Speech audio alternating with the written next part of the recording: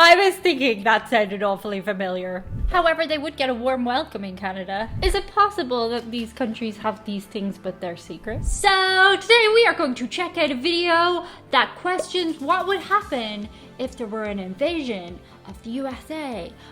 No particular reason, not that there's anything current going on in the world that could make this a possibility. Not the smartest idea, I'm gonna guess off the bat, but you know. Here we enjoy learning and doing together. If you also enjoy learning and doing and having the funs, subscribe. It's free right now, just for 1 week only. It's totally free. You're kidding me, right? And just roll your knuckles along the keyboard and thumbs up the video. And hey, if you want more, there's Patreon and channel membership. I feel like I'm plugging a lot of things, but they're all necessary. It's the early 1980s, and over the sky of the American heartland, Soviet and Cuban paratroopers begin to fall from the sky. In minutes, thousands of communist invaders have gained a foothold in the very heart of America. With World War III in full swing, it's up to a band of plucky teenagers to fight a guerrilla war against the godless commies. If you grew up in the 80s or just plain don't have bad taste in movies, then you're well aware of the action hit Red Dawn, a film that portrays a Soviet invasion of the United States toward the end of the Cold War. I was thinking that sounded awfully familiar. No, we're not talking about the remake. We don't speak of the remake. But film aside, could it really happen? That question was asked by Infographics Show fan Blazik, who wanted to know if someone were to invade America, could the US pull all its forces home and hold out against a foreign invader? Well, I will say they asked the right channel. Infographics is such a good channel. I love its animation. I love its education. I love its education. It's education. Could the US pull all its forces home and hold out against a foreign invader?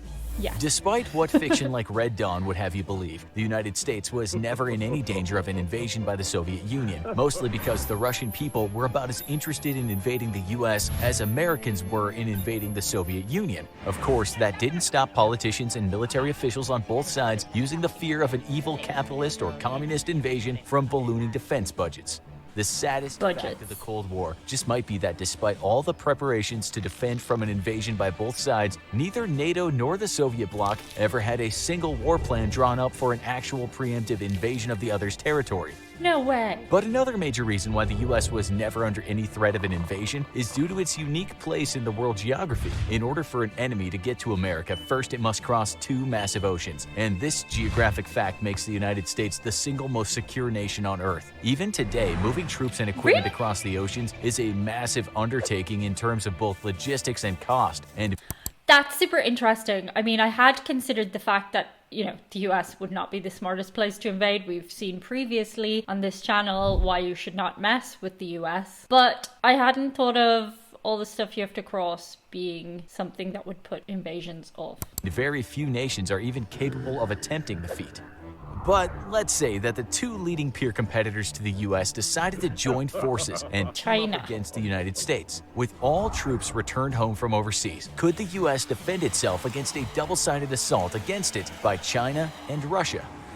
First, the two-power alliance would have to decide on where to strike. For an invasion to be successful, both nations would have to land troops as quickly as possible, and that would require the use of a working seaport. These ports would require good road infrastructure and must have deep water anchorages so that large cargo ships could dock and disgorge troops and heavy equipment.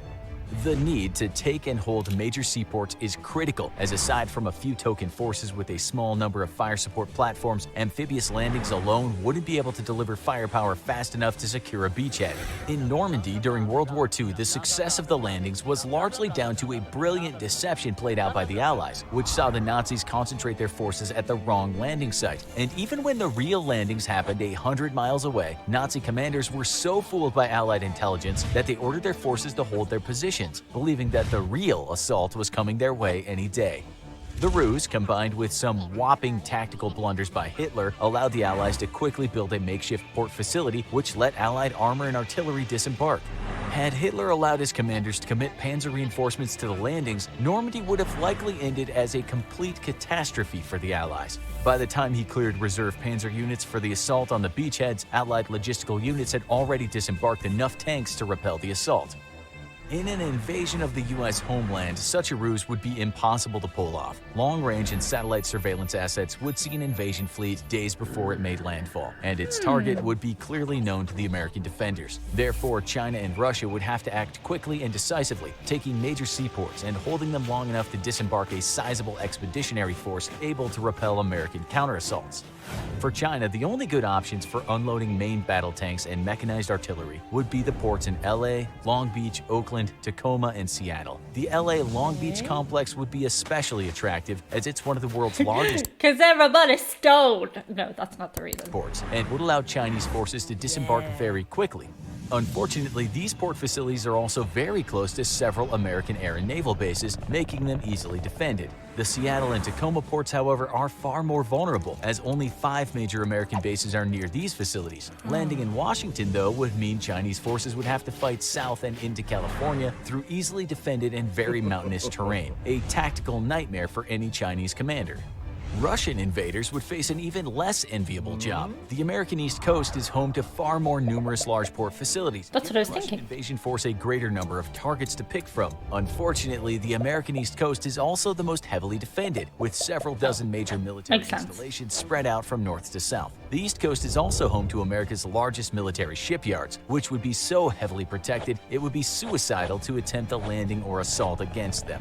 Russia's best bet would be to attempt a landing in Mobile, Alabama or Houston, Texas. This, however, would mean Russian forces would have to spend more time out at sea and move into the Gulf of Mexico, where they would be surrounded on all sides but the south by major American air bases.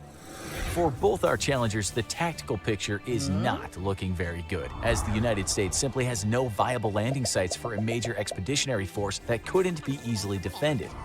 China and Russia could opt to coerce or bribe Mexico or Canada into allowing them to land at their facilities and launch an invasion into the U.S. itself. This Right, here's what I'm thinking. Completely not seriously. But also, why not?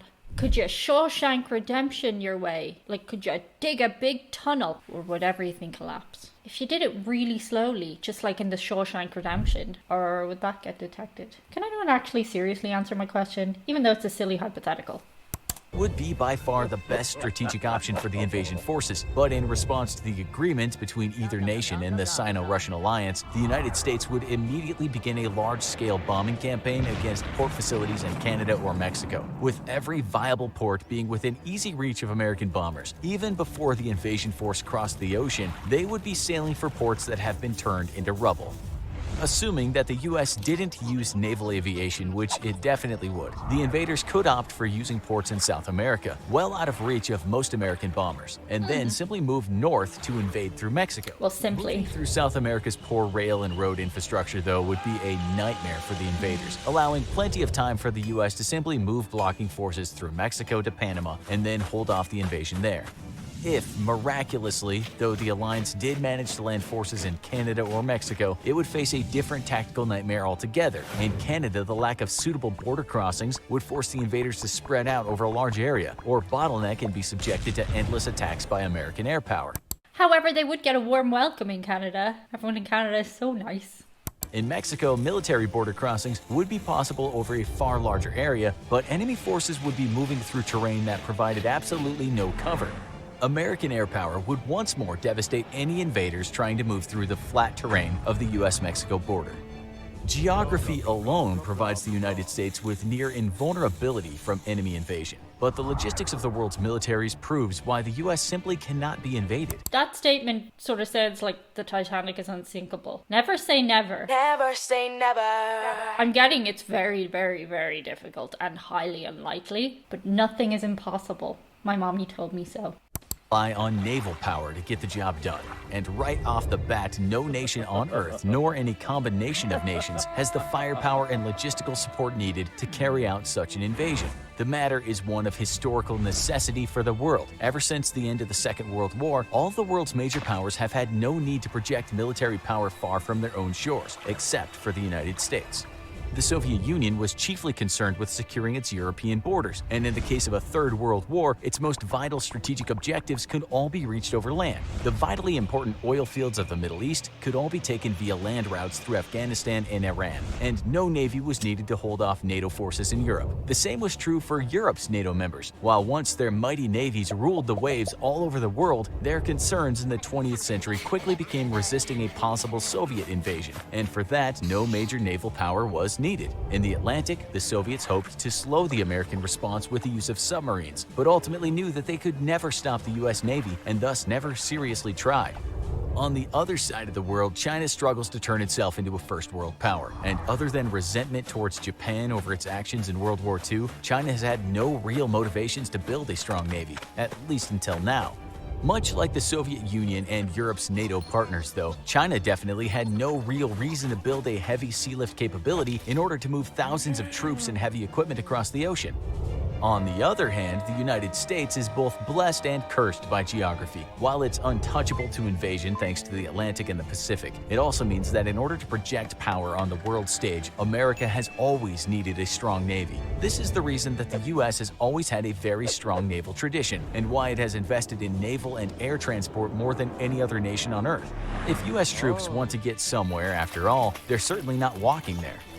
To even get forces into the U.S., any invading army is going to need some serious sea lift capability, and no force on Earth comes even close to the U.S.'s 125-vessel military sea lift command, which operates a vast fleet of oilers, tankers, and heavy cargo transports.